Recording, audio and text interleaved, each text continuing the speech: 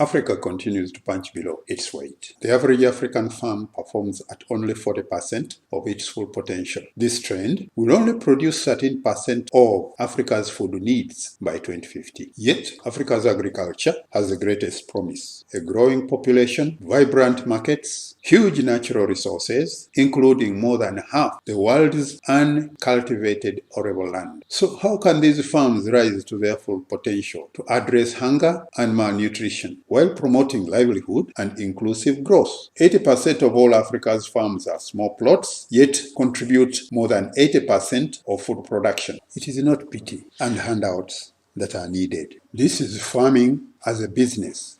We offer access to markets and resources. We need finance, knowledge, and technology. The government will catch up and legislate conducive policy. With the COVID-19 pandemic and the more devastating lockdown, we are forced to look inside our borders for solutions to turn existing challenges of famine, desert locusts, disease, climate change, population explosion, and the pending worst global recession in living memory into an unprecedented opportunity to harness the huge natural resources that Africa is so endowed with. The need of the hour is nutritious food at affordable cost on table, or just grow it in the backyard. An income to substitute a former day job which may no longer exist. Food donations are not sustainable. We are looking for long-term strategy to mitigate suffering resulting from the impact of economic devastation of the lockdown.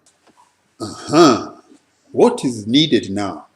Kakana, an indigenously developed technology with a small footprint that produces Africa's most loved staple food commercially right in the backyard. Micro-franchise, a finance mechanism with a hand-holding arrangement that allows people with no prior experience become successful entrepreneurs. This will unlock Africa's agricultural potential to create wealth and prosperity.